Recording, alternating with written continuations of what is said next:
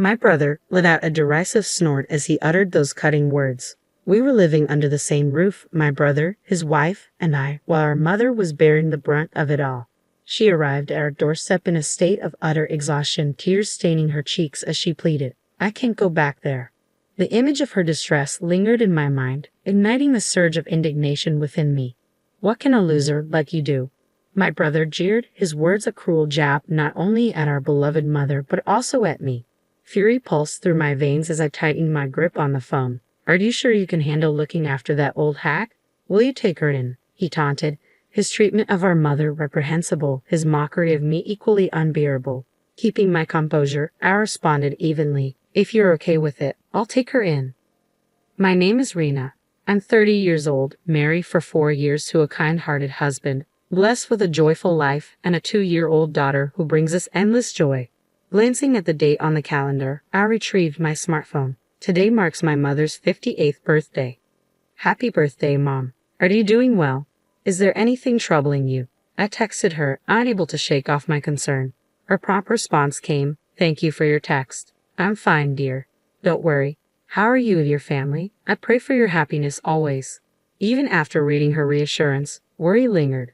Currently, my mother resided with my brother and his wife in our childhood home. Our family, once comprised of 4 members, my father, my mother, my older brother, and myself, was marred by my father's authoritarianism and patriarchal beliefs.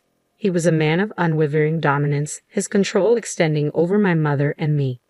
My maternal grandfather, an employee at a company owned by my paternal grandfather, was powerless to refuse when my mother was chosen as the future wife of the company's heir. Thus, she became the bride of my father under circumstances that resembled coercion more than consent. Although the company eventually collapsed amidst economic turmoil, my father's inheritance left him untouched by financial woes. Despite his idleness, he harbored a deep-seated contempt for women, a belief he passed down to his children. His favoritism toward my brother was palpable, showering him with privileges while belittling me at every turn. "A woman shouldn't be greedy," our father often admonished, his words a mantra of oppression. My brother, steeped in this toxic environment, grew entitled, seeing himself as superior while regarding me as inferior, a mere shadow in his path of self-importance. Growing up in such an oppressive atmosphere was excruciating. Each day, I harbored the fervent desire to escape home as swiftly as possible. Despite my stellar academic performance, my brother, who struggled academically, was granted access to prestigious private schools and universities, a privilege denied to me by our father's archaic beliefs. "Women don't need education. It's a waste," he would disdainfully declare, insisting that I either hasten into marriage or settle for menial labor. I vividly recall the sting of my brother's cruel words, branding me as a failure, a sentiment that left me sobbing in frustration at the sheer injustice of it all. Yet amidst this adversity, my mother remained my unwavering ally. Despite the challenges at home, she covertly arranged for me to attend a boarding school, offering me a glimpse of hope. "Rena, it's all right. You can break free from this place. You'll find happiness," she reassured me before I embarked on my journey to high school. With scholarships and earnings from my own endeavors, I managed to navigate through university, rarely returning home since my high school days. I abstained from attending my brother's wedding and neglected to inform my family of my own marriage. However, I maintained sporadic contact with my mother, cherishing our moments together. It's no exaggeration to assert that I owe my current identity to my mother, an irreplaceable figure in my life. Despite her perceived fragility, she possessed a boundless love for me. Her wish for my happiness echoed in my heart, a sentiment I reciprocated fervently. When news of our father's demise reached me, I opted out of attending his funeral. Yet a startling revelation for my mother unveiled the unexpected turn of events. On his deathbed, our father instructed my brother and his wife to return home and reside with our mother. Since then, they have been sharing the same household, a testament to my mother's enduring kindness and resilience. I yearned to speak up, to voice my concerns, but my mother's gentle assurance silenced my protests. So I held my tongue, maintaining contact with her despite the nagging doubts that plagued me. Bill, my brother, would he truly care for our mother? Was she genuinely alright? These questions gnawed at me incessantly, an unsettling sensation that refused to dissipate. Then, one fateful night, the shuddering of the intercom shattered the silence of our apartment. I rushed to answer, only to find my mother standing there, a shadow of her former self. Dressed in tattered garments despite the chilly autumn air, she appeared frail and trembling. "Mom, what happened? Are you all right?" I exclaimed, my concern palpable. In a voice barely above a whisper, she apologized for her sudden appearance, tears streaming down her cheeks. We welcomed her inside, my husband swiftly attending to her needs, offering warmth and comfort. As she settled in, her voice quivered as she began to recount her ordeal. Living with my brother and his wife, Nicole, had become a nightmare. They treated her as a servant, demeaning her with every task left unfulfilled. My brother's verbal abuse cut deep, labeling her as useless and a burden, while Nicole spewed insults and callously sold off her possessions. False rumors tarnished her reputation, painting her as a troublesome mother-in-law. My mother's health deteriorated rapidly under their tyranny, yet she endured silently, concealing her suffering from me. "Why didn't you tell me?" I lamented, my heart heavy with guilt. "Rena, I've burdened you since you were a child," she confessed, her words laden with remorse. "I hesitated to add to your burdens. I believed if I could endure it quietly." My mother's voice faltered, trailing off. Then, an email notification chimed, disrupting the heavy atmosphere. "It's from Nicole," she murmured, her hands trembling as she read the message aloud. "Where are you? The laundry isn't done, and there's no food. Do you want your belongings sold again?" The threat sent a shiver down her spine. "I'm sorry, Rena. I can't bear to return to that house," she confessed. Her words spurred me into action. Without a word, I retrieved my smartphone and dialed the number my mother had given me. My brother's gruff voice answered, demanding, "Who's this?" "It's Rena. Mom's with me," I replied evenly. "Oh, it's you," he retorted dismissively. "That old hag left without finishing her chores, huh? Tell her to come back immediately." "It seems you've been mistreating Mom," I interjected, my voice quivering with anger. "I've heard everything." My brother's response was a contemptuous snort. "Ha, what about it? What can a dimwit like you do?" he scoffed. "You've worked Mom to the point of illness, and you think that's acceptable. I won't allow her to stay with you any longer." "Think you can afford to support that old hag?" he sneered. "She's been a housewife all her life, incapable of anything and penniless. Are you planning to take her in?" "No more old hag talk. She was more than just a housekeeper," I retorted, my voice laced with fury.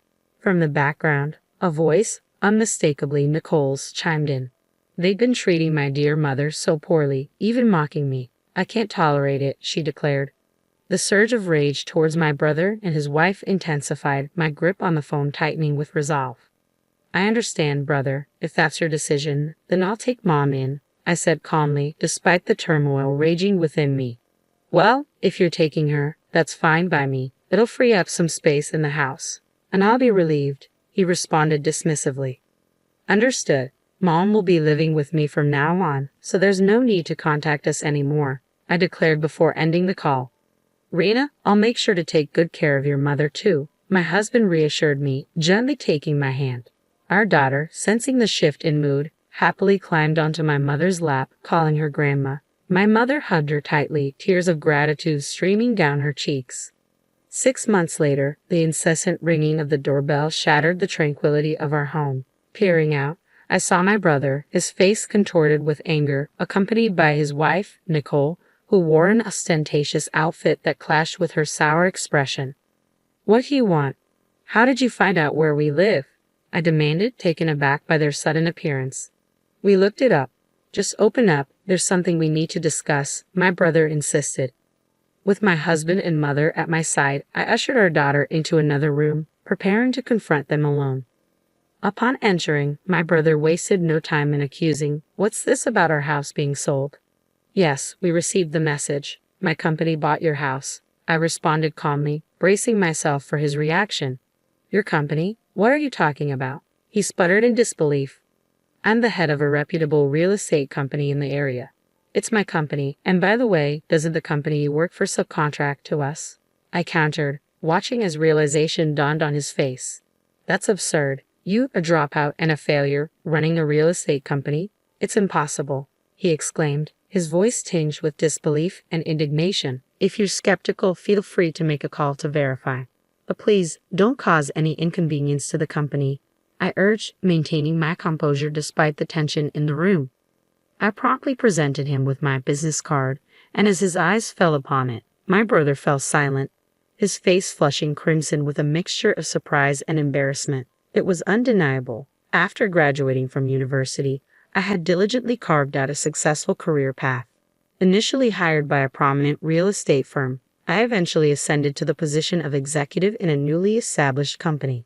As a matter of fact, I continued, maintaining a measured tone. I met my husband through work, and we've since married.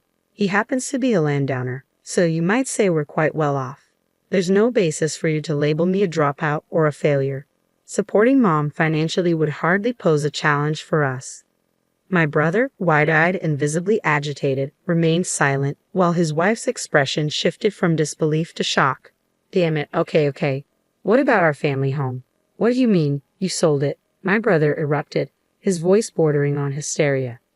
Finally breaking her silence, my mother spoke up, her tone firm but composed. You may not have been aware, but after your father's passing, the house and land were legally transferred into my name.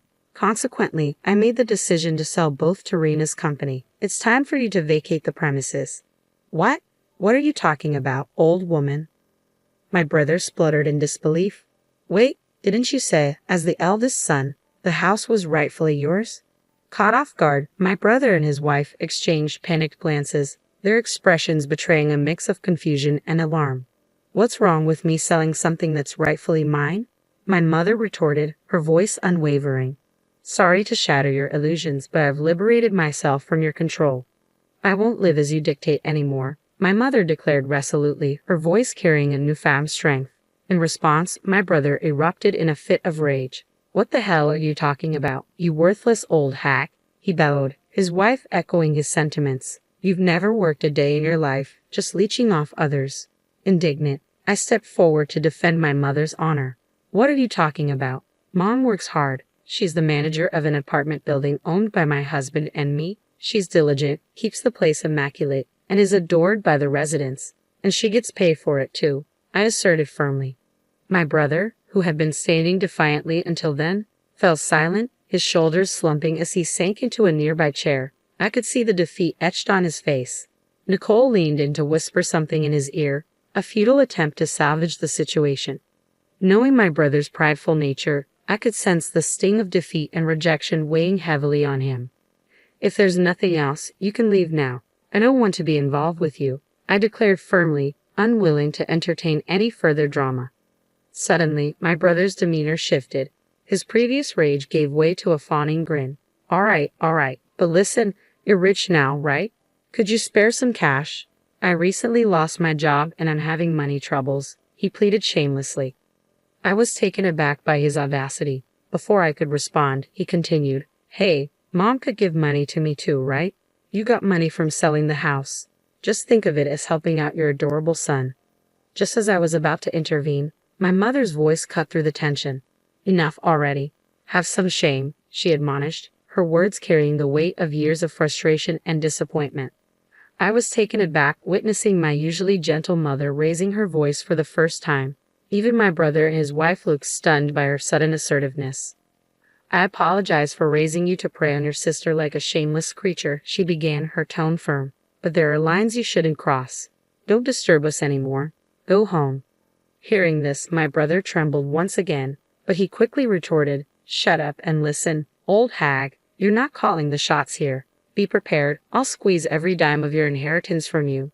Nicole chimed in, demanding money as well. My mother's response was cold and unwavering. That's if there's anything left. From now on, I plan to spend all the money from the sale of the house for myself and Rena's family. I have no intention of leaving a single penny for you two, she declared. Enraged, my brother lashed out. What the hell, you old crone. From now on, I'm cutting ties with both of you. Stay away from me and Rena. Leave that house immediately, I intervened, feeling a surge of pride for my mother's newfound strength. Refusing to back down, my brother and his wife insisted they wouldn't leave until they received the money. Yes, we'll squat in that house, they declared defiantly. Just then, my husband's calm voice resonated through the room. What do you mean you won't leave? He asked, stepping forward. My husband's imposing presence seemed to silence them. Nice to meet you. I'm Rena's husband, he introduced himself calmly. What were you saying to my wife and mother-in-law earlier? Suddenly, my brother and his wife seemed to shrink in his presence. Despite his peaceful nature, my husband's stature and demeanor exuded authority. It was no wonder they found him intimidating, especially in comparison to my brother. My husband, bless him, is a challenge to handle, always boasting and looking down on women. Oh well, I chuckled, trying to mask my frustration. Oh, I just remembered I have something to do. I should be going, my brother stammered, suddenly eager to leave. Yes, let's go, his wife chimed in, their sudden change in demeanor almost comical.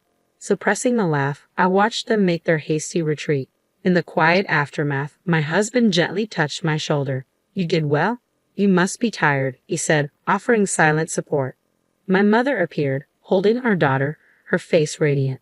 We embraced wordlessly, basking in the warmth of our bond. Fast forward 1 year, and our harmonious relationship continued to thrive. My mother, now lively and healthy, remained dedicated to her job as a building superintendent.